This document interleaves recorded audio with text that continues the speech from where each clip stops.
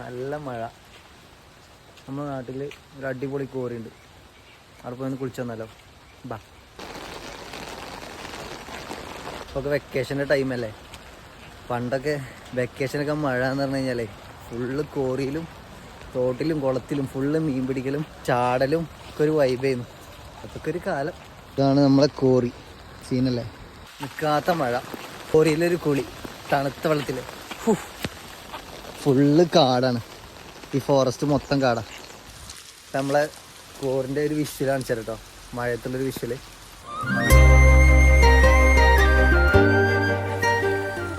ഈ ഹൈറ്റിൽ നിന്നൊക്കെ നമ്മൾ ചാടൽ.